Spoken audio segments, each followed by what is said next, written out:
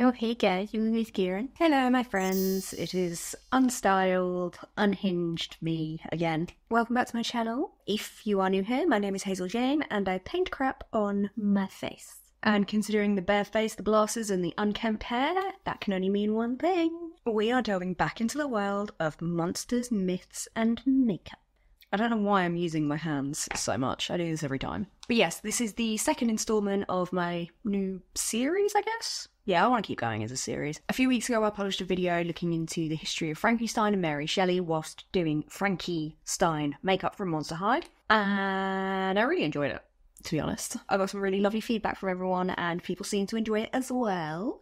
And I did have a few people ask for me to continue this as a series. So that's what I'm doing. I am going to be sticking with the Monster High theme for a little while at least, just because I really want to do the character makeup, so. But yes, today we are looking into Dracula.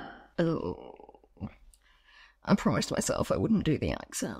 Today we are looking into Dracula, specifically Count Dracula. I'm going to be having a little look at Bram Stoker, the original novel, bits and pieces like that. If you're interested in myths and legends and you like makeup and, I don't know, general tomfoolery, I would say go ahead and hit subscribe, because that's what I do. Now, I don't want to waffle on for too long beforehand, I just want to get stuck into the story, so today's makeup is obviously going to be based on the character of Dracula. I have loads of little accessories and bits that I've put together, so I'm quite excited to do this one. So let me shut up, go put my contact lenses in, and then we can delve into the story. Full disclosure, I started telling the story, started doing the makeup, I got all the way through the base makeup, and it went horribly wrong, so I had to take it all off, and now I'm doing it again. So if I look like I'm dead inside, that's why. So, Dracula. Obviously, in this context, we are talking about Count Dracula, the vampire from the 1897 novel Dracula, written by Bram Stoker. Now, before I delve too deep into Bram Stoker, his life, his work, his weird list of celebrity friends, I wanted to talk a little bit about the history of vampires in general. I'm not going to get too involved with this because vampires have been around for an insanely long time in one form or another, and honestly, you could do like an entire series on just vampires and their history and etymology, like, it's kind of crazy. But I did fall down a bit of a rabbit hole, found out some interesting stuff, so obviously vampires are mythical creatures that survive by feeding on the essence or vitality of living creatures, generally speaking in the form of blood. As I said, vampiric entities have been recorded around the world for millennia. I knew they dated back like a long time, I did not realise quite how far back they went. We're talking ancient Greece, Hebrew, ancient Roman, Mesopotamian, like all of them have records of vampiric entities and vampiric creatures. It's insane. However, the folklore surrounding the kind of more modern vampire that we know of, the sophisticated, the charming one, that comes almost exclusively from sort of 18th century Europe, specifically like southeastern Europe. Now, in most cases, vampires are revenants of evil spirits or demonic creatures. Some cultures, it's believed that they're the result of suicide victims, witches, just all kinds of different origin stories for them. Whilst generally speaking today we know that vampires are fictitious, the belief in these legends and stories was so strong in certain areas that it caused like mass hysteria, and it ended up leading to people like exhuming bodies to stake them, people being accused of being a vampire and being killed as a result of it, because obviously back then they didn't know. They had no idea. Now, the origins of the vampire belief have often been debated and discussed. Various different theories have been put forward, and specifically relating to the 18th century folklore that we tend to think of. A lot of people think that that belief came from a general lack of understanding of certain things. So a combination of things like premature burial, which, makes sense. But the other one that it's often attributed to is a general lack of understanding about decomposition and how the body decomposes in different ways and at different rates due to different circumstances. Because, let's face it, 18th century, they're not exactly high up there on science and information and technology. They see something they don't understand and it's a witch or a vampire or insert other spiritual demon creature thing. I look like I'm putting a face mask on. Now, the actual term vampire was popularised in Western Europe, although it goes by a lot of alternative different names in different regions. A few examples of which I will put here because I'm not going to attempt to pronounce them. The word vampire itself, written as vampire, first appeared in English in 1732 in a news report relating to those outbreaks of mass hysteria and what was believed at the time to be a vampire epidemic. The actual history of the word itself is incredibly fascinating, but holy crap, it's really, really complicated. It spans so many different languages. Because vampires in general, or like the concept of vampires, has been around for so long, I'm not going to go too much into the history of the word because I will be here all day. If I'm being entirely honest, it was lots of words that I didn't understand or know how to pronounce, so what I can tell you is, shit is old. Nowadays, it is generally accepted that vampires are fictitious creatures. There is obviously the folklore attached to them from the past, but like I said, generally we know they're not real. But there are some cultures where there is still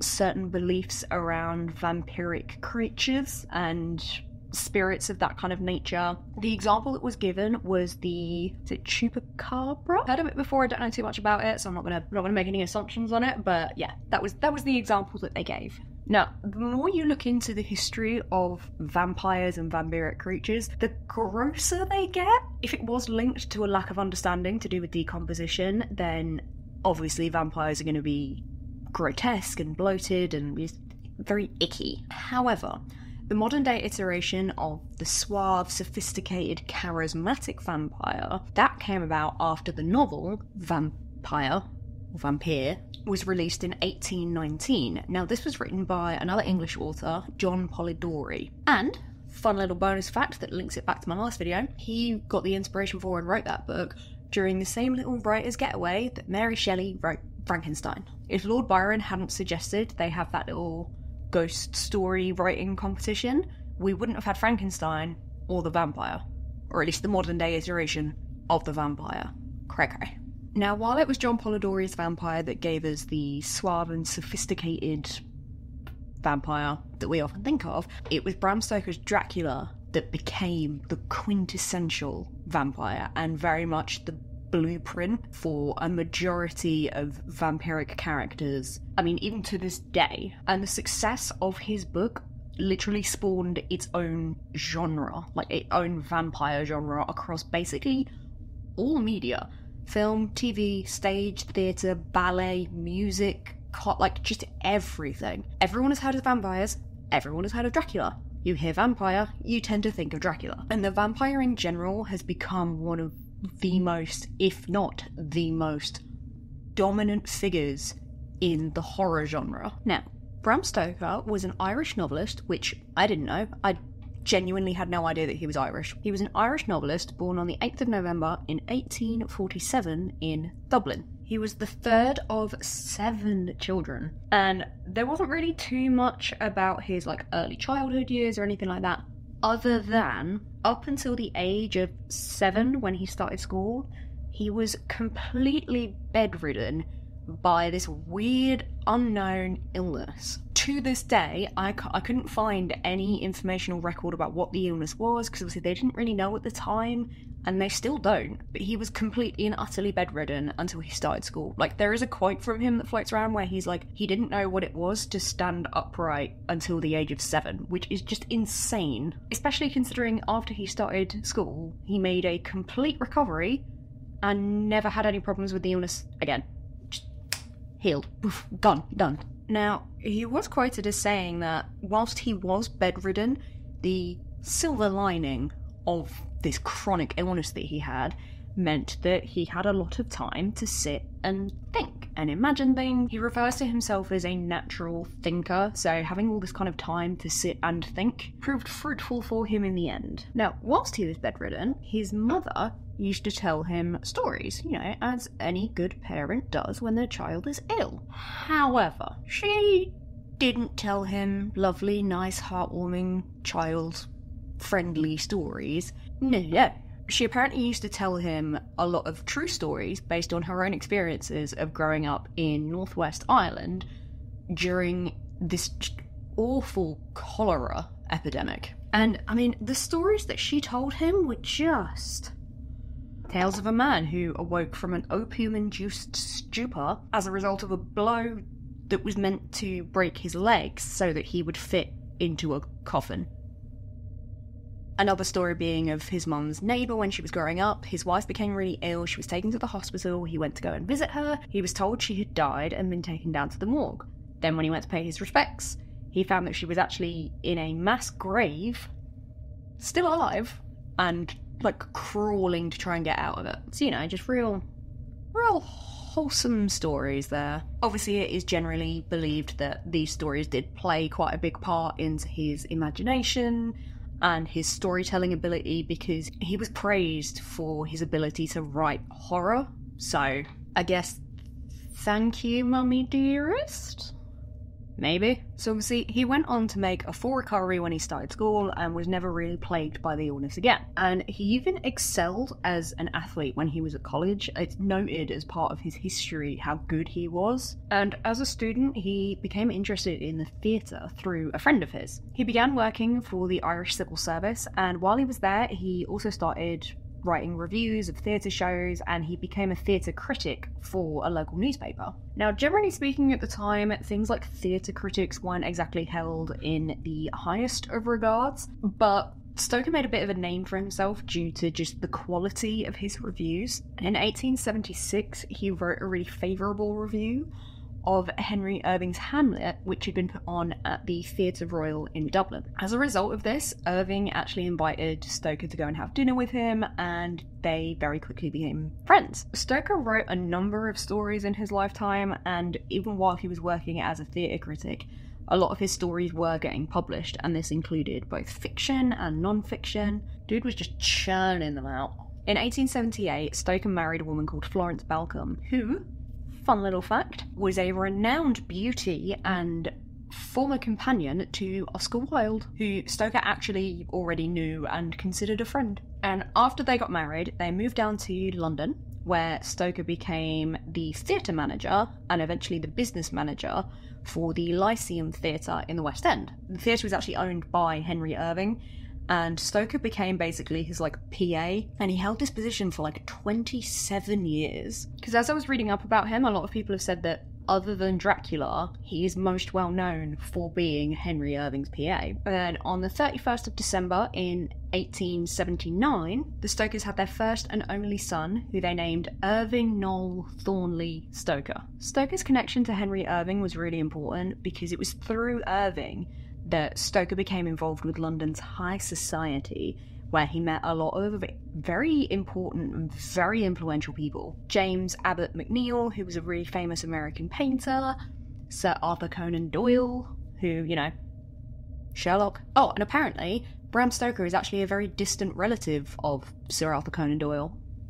Because apparently back then, like, I don't know, maybe was the world smaller? Everybody either seemed to know each other or be related to each other. It was, I mean, I know there were generally a lot less people then, but... So obviously Stoker began working for Irving, who at the time was one of the most successful actors in the world, and he managed one of the most successful theatres in London. So he made quite a name for himself as being a fairly important, if not incredibly busy man. And whilst he was in London, he met someone called Hall Caine, which I'd never heard of them before, if I'm honest. But he was a British novelist, poet, and critic who, at the time, was the highest paid novelist. So, again, he's running in some seriously important circles. Now, Hall became one of Stoker's closest friends, and Stoker actually ended up dedicating Dracula to him. Also, as part of working for Irving, Henry obviously ended up sort of travelling around the world with him, and he went to America quite a few times, which he really, really enjoyed. Funnily enough, though, the one place he never visited was Eastern Europe,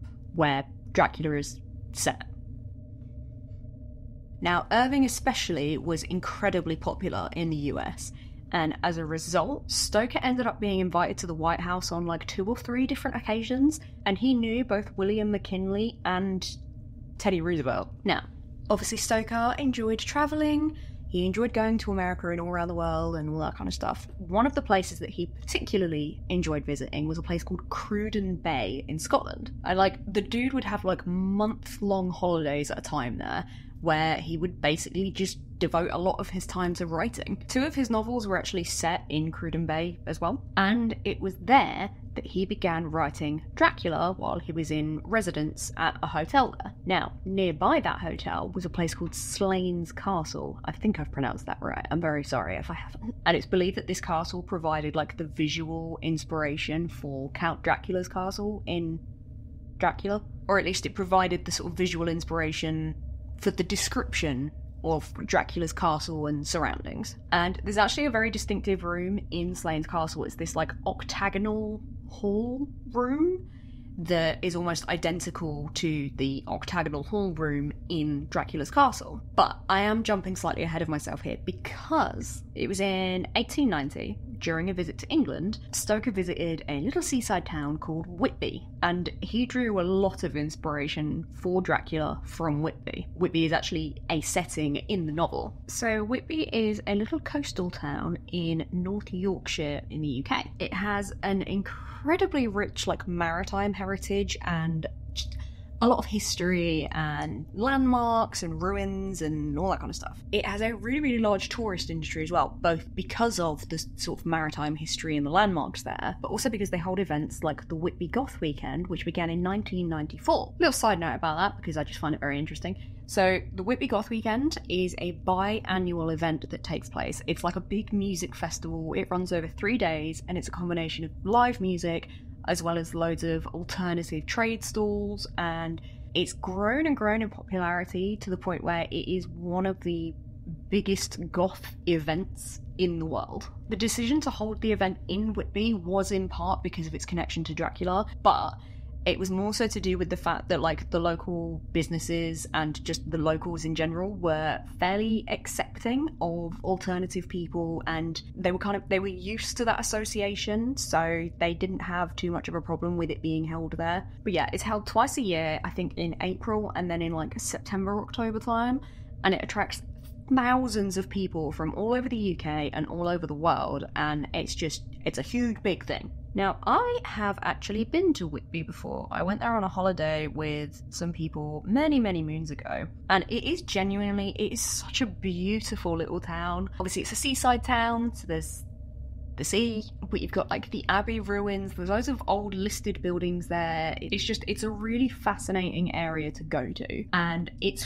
full of weird little antique stores and jewelers, and it's just, if you are alternative or you have an interest in maritime history, I would recommend going. Now, going back to the actual novel, obviously Dracula is probably one of the most well-known pieces of English literature that there is. And very similar to Mary Shelley, Stoker claims that part of his inspiration came to him in a dream. Well, actually, he claimed he was compelled to write the novel after he had a nightmare following a helping of dressed crab at supper. If that is the case, I find it hilarious that the whole concept of Dracula and his legacy started out as a result of bad seafood.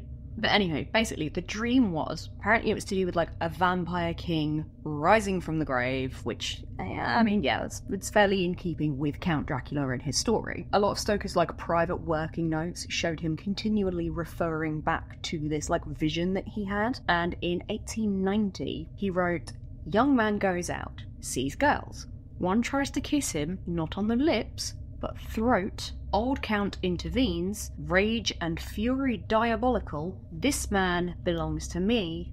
I want him." Which, to be fair, if you actually look at the story of the original Dracula novel, that is basically what it is. That is basically what happens. Okay, hold on. I need to concentrate to try and draw this other RR on. Bear with me.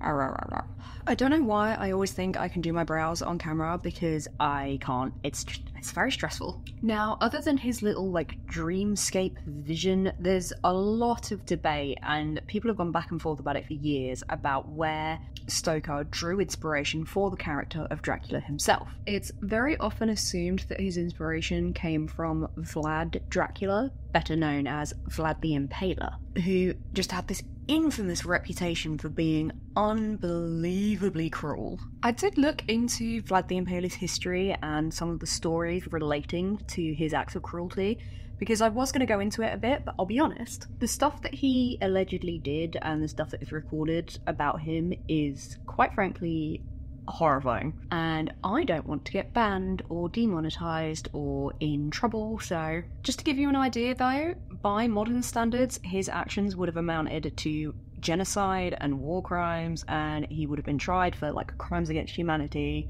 Vlad was bad, to put it lightly. But other than the name, there was no references to Vlad the Impaler in any of Stoker's notes or anything like that, so it's generally been disregarded that there wasn't actually any connection between the two. On the subject of names, it was revealed in his working notes that Stoker was actually originally going to call him Count Vampire, which, I mean, it's a bit on the nose. But he changed his mind after it was when he was in Whitby, he was at the public library there, and he was reading a load of books, and he came across the name Dracula. And he actually wrote in the margins of a load of his notes that Dracula meant devil in Romanian.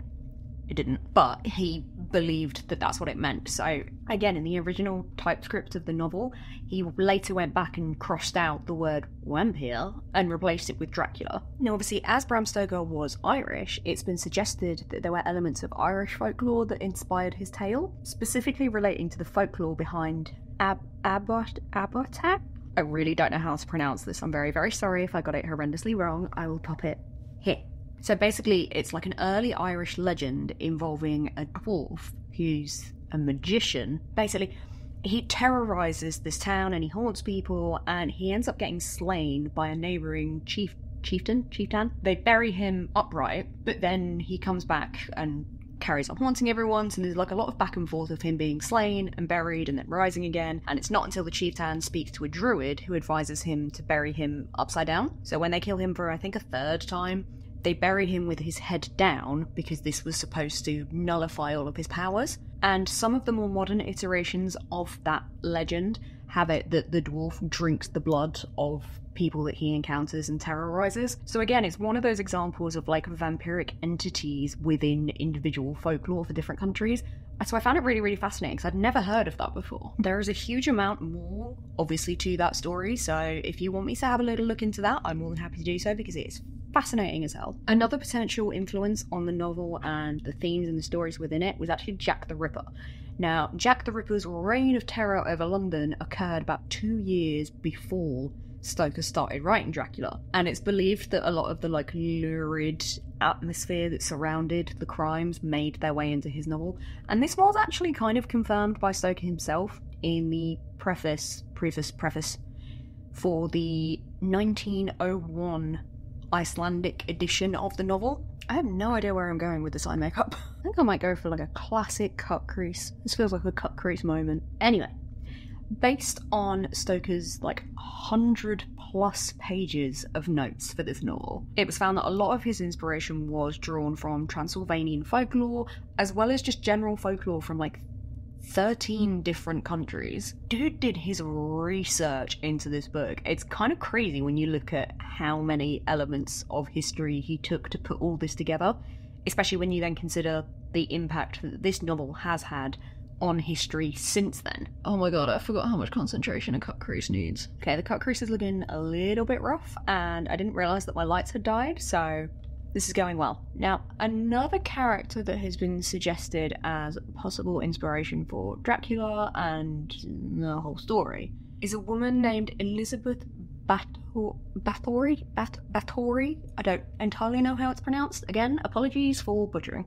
Who, if you haven't heard of her, I don't blame you because I don't think I'd heard of her before this either. However, I could do an entirely separate video on her alone because the story of this woman is insane. So just a little side note about this woman because I can't not share this. She was a Hungarian noblewoman and alleged serial killer. And this was in like the late 1500s, early 1600s. Now, her and 4 of her servants and like maids were accused of torturing and killing hundreds over young women and girls, and I think it was over like a 20-year period. Now, her servants were put on trial and actually convicted, and whilst Elizabeth was arrested, she was just locked in a prison until she eventually died in there. I don't know if she was ever actually charged with anything, but her servants were. Now, the charges that were brought against her were often debated as to whether or not they were genuine, or whether it was actually more of like a witch hunt against her, especially considering the times, because her family had a lot of power and influence in the area at the time. So some people think it was a bit of an attempt to sort of disrupt her family and ruin the family's reputation. However, other reports have said that the arrest came alongside testimony from over 300 different people, some of whom described like physical evidence of these girls being kept and imprisoned and tortured and Now, the stories about her very quickly became part of like national folklore, specifically relating to what was described as her vampiric tendencies, namely that she would bathe in the blood of virgins in order to retain her youth. Like I said, I could do an entirely separate episode on this woman because, oh my god. Like, it's horrifying, obviously, but it's so fascinating, and especially, like, because of the time that it happened, obviously it is very, very possible that it was a witch hunt and it was all just a bit of a, not scam, but you know what I mean. The legend that surrounds her name and the fact that she has become part of this, like, national folklore is just, it's crazy to me. In a very morbid way. I think I'm going to add some glitter to this. Dracula seems like she would definitely wear glitter. Going back to the story of Dracula, I'm going to do a very brief retelling of the basic concept of the novel. I'm not going to go into as much detail as I did with Frankenstein, because I realised when I was editing it back that I spent way too long retelling a lot of details in that story that didn't necessarily need to be there. So I'm going to give a brief overview of what happens in the novel. So, like Frankenstein, it's written as a series of letters and diary entries and shipping logs and just all, like, newspaper clippings, all that kind of stuff. And Stoker's experience of writing for newspapers when he was the theatre critic and everything like that, it helped him to, like, hone his writing skills that added another level of realism to this novel. Okay, this could be make or break. Let's see how it goes. Oh, I definitely can't speak while I'm doing this, sorry. Oh, that just absolutely did not go to plan. Okay, the glitter liner did not pan out very well, so we've gone for more of an all-over shine. Where did I get to? Yes, letters, novels. Bram Stoker was a good writer. Now, the novel doesn't have like a single point of view or protagonist. As I say, it's written as a huge series of letters and different media forms, I guess. Now, it opens with a solicitor called Jonathan Harker. It starts with him on a business trip on his way to stay at a castle for a Transylvanian nobleman called Count Dracula. Now, Harker's basically like an estate agent, so he's travelling there to help Dracula find a home to purchase near London. So the castle is in Transylvania, and it's located within the Carpathian Mountains, I think that's how it's pronounced, which is this huge range of mountains that form an arc from central to, I think, southeastern Europe. Once he gets there, the Count issues him like several warnings, basically not to go wandering the castle at night, or if he does, make sure he doesn't sleep in any of the other rooms, blah blah blah blah blah. There's a whole bunch of other stuff as well, including the fact that Harker notes there's no mirrors in the castle, and, you know, a lot of other stuff that we obviously now look at as very cliched and very, oh, it's a vampire. Despite the Count's warning, Harker does decide to go for a little nighttime wander around the castle. During his little nighttime wander, he encounters 3 women who become known as the brides of Dracula, although they're sometimes referred to as like the 3 sisters. But basically, it's these 3 vampire women. Like, he notes that they're like insanely beautiful, they cast no shadows, and, you know, just generally like hot and spooky. Now, little throwback to Stoker's notes on his little dream vision and what happens. The 3 women begin to seduce Harker, and one of them goes in to kiss him, but goes towards his neck. See where we're going with this? Now, Harker starts to begin to, like, feel the pain of teeth against his neck, but as quickly as it starts, the Count appears and, like, grabs the women by the scruff of the neck and he's like, no. The Count gives them, like, a real bad telling off for trying to feed on Harker before the Count was finished with him.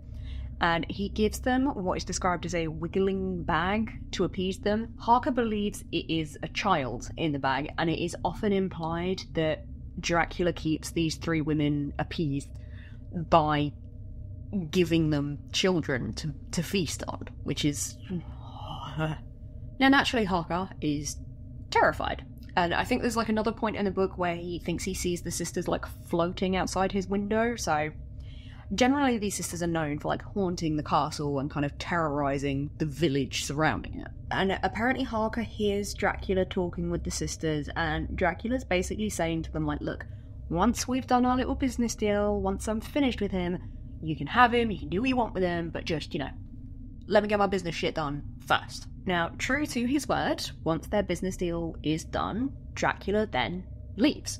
He takes a boat along with loads of boxes of, like, dirt from around the castle, and he travels off to England, leaving Harker to the sisters. Now, Harker does manage to escape from them, but he's, like, so severely traumatized by the whole thing that I think he ends up in like a hospital in Budapest, but he's diagnosed with brain fever. Meanwhile, the sisters just continue to haunt the castle and the surrounding villages. So Dracula's off on his little voyage over to England, the sisters are roaming the castle, just doing their spooky shit, and Harker is in this hospital, just real messed up. Now, on board the ship that Dracula is on, it's called the Demeter?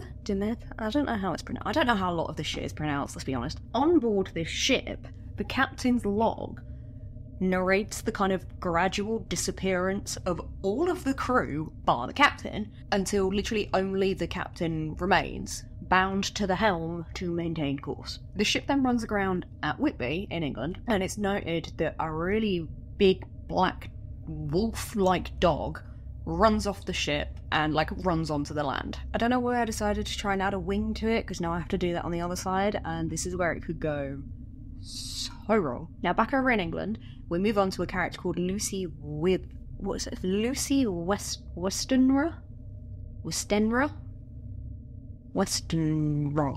She's exchanging letters with her best friend, a woman called Mina, who just so happens to be Jonathan Harkin's fiancée. Now, the contents of the letter is discussing the fact that Lucy has got like 3 or 4 different men who have all offered to marry her, and she's basically saying like, why can't I marry all of them? Which, I mean, alright. So it's Dr. John Seward? I'm gonna go with Seward. Quincy Morris and Arthur Holmwood. And of these 3 men, she ends up accepting Holmwood's proposal. But, like, all 4 of them remain friends, and I'm mentioning their names because they are all relevant. Now, Mina joins Lucy in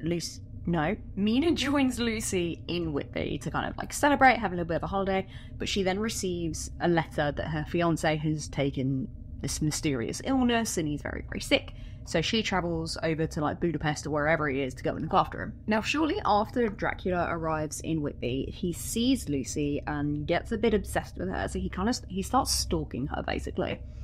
Lucy then starts sleepwalking as well. Don't mess it up. So Dracula's arrived in Whitby, seen Lucy, become obsessed with her, started stalking her. Lucy started sleepwalking.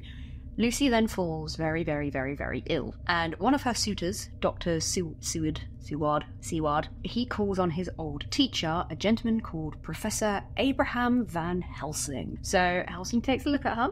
He does determine the nature of her illness, but he doesn't, like, disclose it with anyone. But then he does diagnose her with acute blood loss. Can we see where this is going? Van Helsing places garlic flowers all around her room, and he places a string of garlic around her neck as well. However, Lucy's mother removes all the garlic because she is not aware that garlics are obviously garlics. She removes all the garlic because she is not aware that garlic is used to deter vampires. Dr. Stewart and Van Helsing then go off somewhere for a little bit, and Lucy and her mother are left in Whitby, where they're terrorised by this big black wolf dog. Lucy's mother actually ends up having a heart attack and dying, and Lucy then dies a few days after that as well. But after her death, newspaper reports start coming out about children being stalked and terrorised by a beautiful woman, and Van Helsing determines that it's Lucy.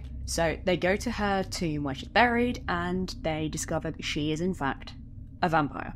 So they put a stake through her heart, decapitate her, and they put garlic flowers in her mouth, which, you know, that'll do it. Now, by this point, Harker and his now wife, Mina, have returned from wherever. He's all better now. And they join in the hunt with the others to find Dracula, because obviously at this point it's been determined that Dracula was a vampire. He was the one who turned Lucy, yada yada yada yada. Okay, I think I've managed to almost not screw up the lashes quite as badly as I did last time. But again, I now have to replicate them on the other eye. I've not quite mastered the art of doing eyeliner on camera whilst talking, so I'm going to go ahead and do that and then come back. Okay, the bottom lashes aren't quite as tragic as last time, but I still don't want to talk about them. Now, in order to sort out this little, hunt for Dracula, everyone holes up at the asylum owned by Dr. Seward.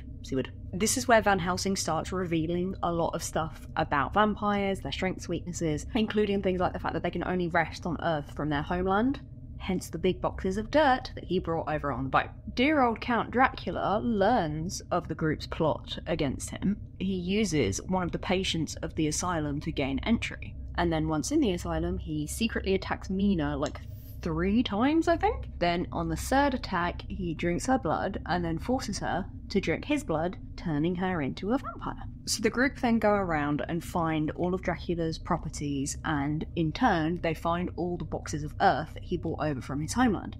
They destroy each of the boxes, therefore rendering each property completely useless to Dracula. And obviously Dracula's like, screw this. So he flees back to his castle with his remaining box of dirt. Now, because Dracula was the one who turned Mina, she has an ever so slight psychic connection with him.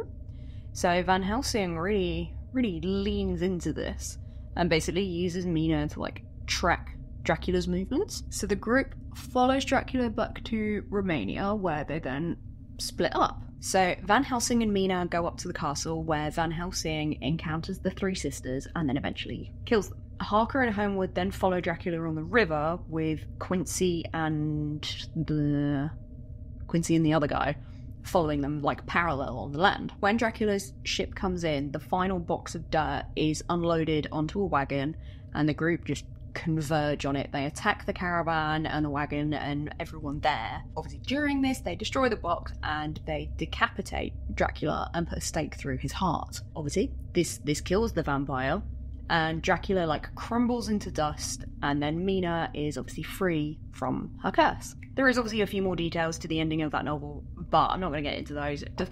That's the general gist of the story. Now, following the publication of the novel, it received a lot of praise for Stoker's super effective use of horror. But on the flip side of that, it also received some negative feedback, basically stating that it was excessively frightening. Obviously it was often compared to a lot of other gothic literature of the time, but over the last sort of century or so, it has come to be regarded as a groundbreaking piece of gothic literature, which has obviously then sparked lots of conversations and discussions about the themes of the novel. And some of the ones that I found really interesting were to do with the novel's depictions of sexuality and gender roles, especially when you look at it in a historical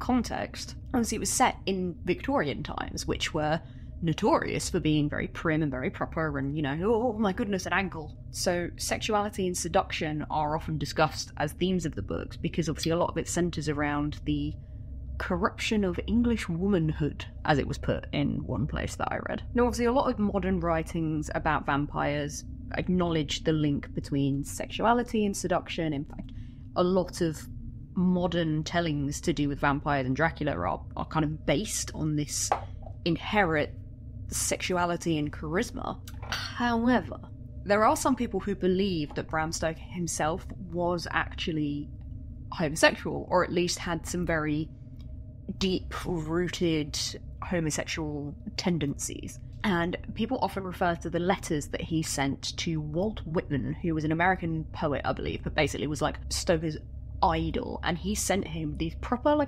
very intense fan letters, which were intensely homoerotic. He also started writing Dracula about a month after Oscar Wilde was imprisoned for homosexuality, and obviously Stoker and Wilde were friends. Stick. Oh, wow, these lashes are big. The novel is really interesting in terms of how the characters are portrayed through their sort of gender roles and sexual identity. Jonathan Harker especially has been written about in this context, specifically relating to his excitement and desire to be seduced by 3 women. And obviously because it's to do with the biting and the penetration of teeth into neck, some people believe that his desire to be penetrated by these 3 women was a mask of his sort of homoerotic desires. But obviously on the flip side of that, it also completely inverts the stereotypical gender roles that were present at the time. By submitting to the 3 sisters, Harker would assume the role of what was traditionally the feminine position of being very sexually passive, while the sisters then assumed the more masculine role in that scenario. Victorians in general just kind of understood sexual depravity and sexual aggression to be an inherently male thing, and just almost exclusively within the domain of Victorian men. It was very, very rare for it to be anything to do with women. Women, like I say, they were the submissive ones, or they were just kind of expected to put up with their husband's wishes and do what he wanted. Harker's desire to submit to these 3 women is often said to sort of highlight the divide between the societal expectations of men being the sexual aggressors and the reality of what a lot of Victorian men actually wanted in their lives. I now need to try and draw a heart on my cheek without messing everything else up. Okay, it's cute. Dracula has obviously become one of the most famous pieces of English literature ever written, and the characters within it have basically become the blueprints for pop culture, in that Count Dracula is the quintessential vampire, and Van Helsing is the quintessential vampire hunter. Do you know what? I think all I actually have left to do is the finishing touches, so let me go do those quick, get it all done and out of the way, and then we can come back and finish up the rest of the story about Dracula.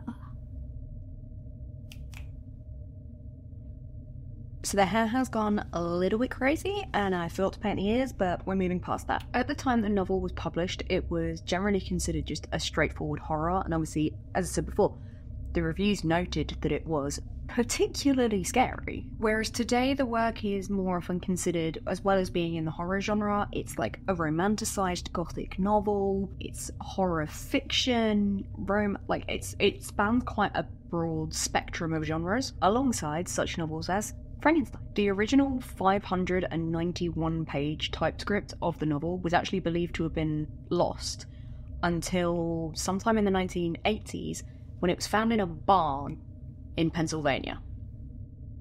Now, the typescript obviously consisted of typed sheets of paper, but it was absolutely covered in handwritten notes and annotations and adjustments and all kinds of little tweaks from Stoker himself. And handwritten on the title page was The Undead alongside Bram Stoker's name. So The Undead was the original working title for the novel. And there was an author named Robert Latham who remarked that the most famous horror novel ever written, and its name was changed at the last minute, because it was believed to be that it was actually Stoker's editor who changed the name to Dracula. As I said before, Stoker was originally going to call him Count Vampire, but changed it to Dracula, and it's believed that his editor liked the name change so much that he changed the title of the book, not very long before it was published. Little random fun fact, the typescript, after it was rediscovered, was then purchased by a gentleman called Paul Allen, who was the co-founder of Microsoft. Not the character from American Psycho like I initially thought. Stoker's original research notes are currently being held at the Rosenbach Museum and Library in Philadelphia. 2 years after Stoker died, his widow published a collection of short stories called Dracula's Guest and Other Weird Stories. Now, Dracula's Guest, the short story, was actually believed to... Oh, spooky. The short story, Dracula's Guest, was believed to have been the intended first chapter of the novel, but the original publishers deleted it from the script before it was published because they felt it was superfluous to the story. Following this, one of the first film adaptations was the 1922 film Nosferatu. Now, I did not know this, But Stoker's widow actually ended up suing the filmmakers who produced Nosferatu because they'd not approached her and gotten permission to do this adaptation. They didn't pay her any royalties. Like, they just took his idea and made their own film with it. And this legal battle went on for quite a few years because she basically wanted every copy and print of the film to be destroyed because they didn't have the rights to do it. Now, the court actually found in her favour and ordered all the copies to be destroyed, which they were, except for one. One copy of the film remains, and it made its way over to America, where it has become one of the most cult classic successful horror films of all time. The first actual, authorised adaptation of the novel was the Universal film, almost a decade later in 1931, simply called Dracula. Now, Stoker's great-grandnephew, I don't know how his name is pronounced, is it Dracula?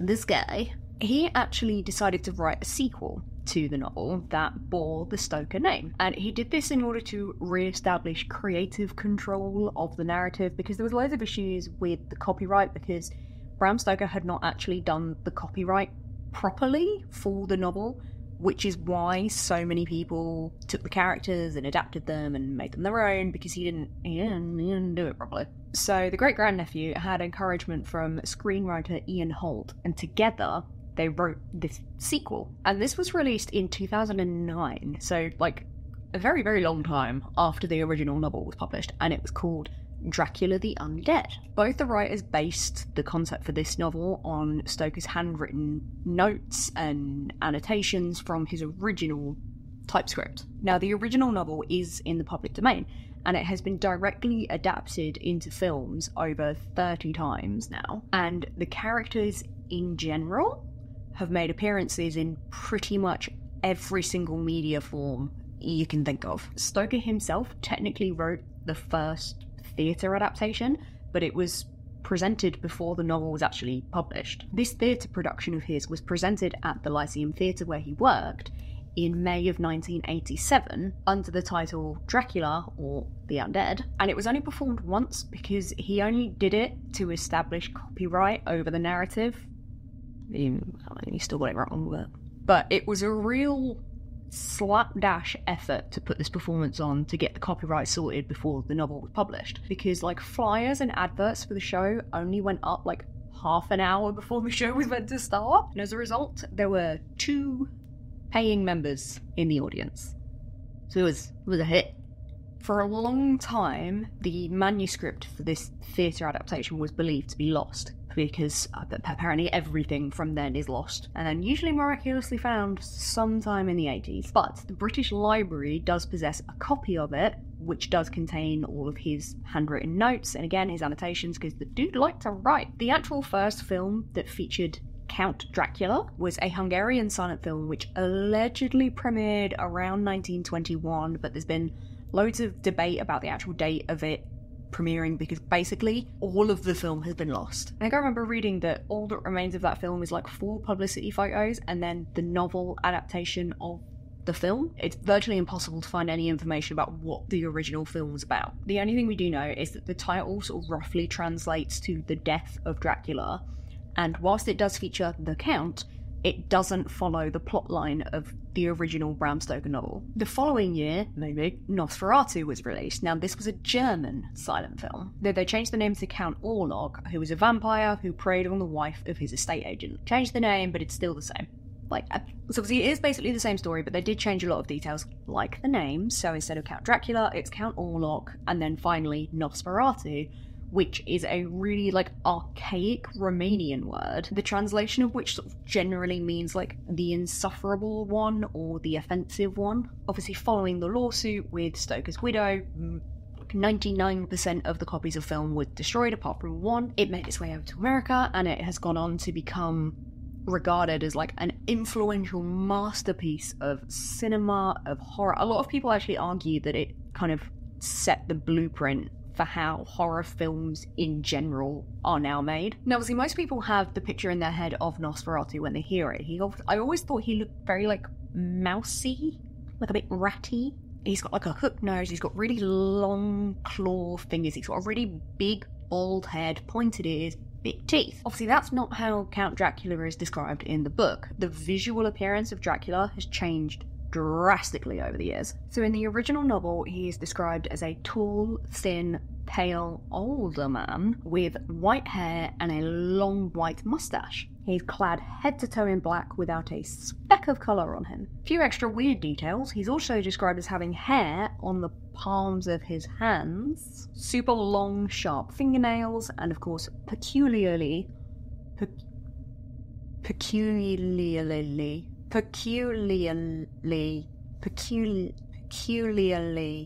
weirdly long, white, sharp teeth. Obviously, a lot of the early portrayals of Dracula were established through theatre productions on the West End, in New York and in London, and a lot of the later adaptations were built on these theatre adaptations to begin with. The most famous examples being Bela Lugosi, I don't know how his name is pronounced, I'm pretty sure I've just butchered it, but the 1931 film, Dracula, and of course Christopher Lee in the 1958 film of the same name. So the earlier visual style often incorporated like a red and black colour scheme and the slicked back hair. Now, Christopher Lee's portrayal was noted for being like overtly sexual, and it was apparently his portrayal that really popularised the appearance of like fangs on screen. Many years later, 1992, Bram Stoker's Dracula is released, starring Gary Oldman. Now this established some new sort of default characteristics for the Count, such as the Romanian accent and long hair.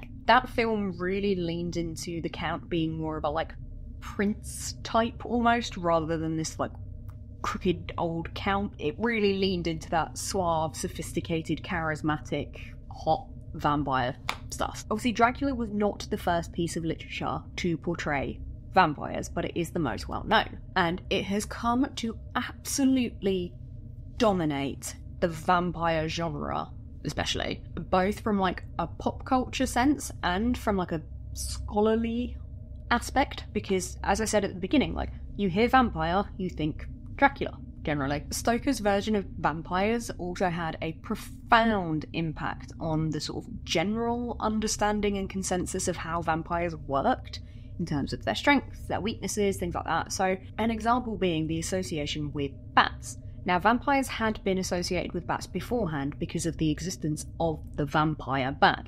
However, Bram Stoker really reinforced that connection by having Count Dracula be able to transform himself into a bat. This was then taken up very quickly by film studios who were looking for opportunities to utilise special effects, which, again, I didn't realise that was why they really hopped onto that whole trend. It's also been noted that obviously many artists and authors and people who utilise vampires after Dracula was released do utilise a lot of the characteristics that he gave them, which in turn has made them cliches of things like vampires' hatred of garlic, an aversion to sunlight, and the effect of a stake in the heart. Like, you hear those things and they are cliched vampire tropes, to the point where I think a lot of more modern versions tend to sort of veer away from them because they've been used so much. But yeah, you can blame Bram for that one, because that was all him. Obviously, Dracula has been adapted so many times across film, TV, stage, book, just everywhere. It's been recorded that the characters from the novel have been adapted for film, TV, video games, and everything else more than 700 times. Nearly 1,000 additional appearances in comic books and stage shows. Like, I thought Frankenstein had a big impact, but this guy... And just to round off that little insane fact about the adaptations and the influence on popular culture, across the world, new adaptations of the characters and the storyline and everything, they can be produced nearly as often as every week. Like, what? Huh? That fact absolutely blew my mind. But yeah, in that super clunky, not very well thought out way, brings us to the end of our little tale. Because obviously I am now finished with my transformation into one of the adaptations of Dracula. Which also, side note, I didn't realise, I always thought Draculaura was meant to be Dracula's daughter.